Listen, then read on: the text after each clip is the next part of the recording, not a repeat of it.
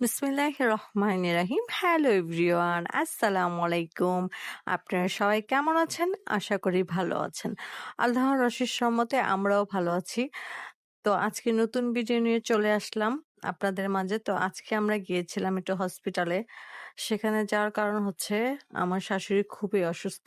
তো তাকে দেখার জন্য আমরা চলে গেলাম। তো ওনাকে দেখে আসলাম। তো আপনারা সবাই আমার শাশুড়ি মার জন্য দোয়া করবেন। উনি খুবই অসুস্থ।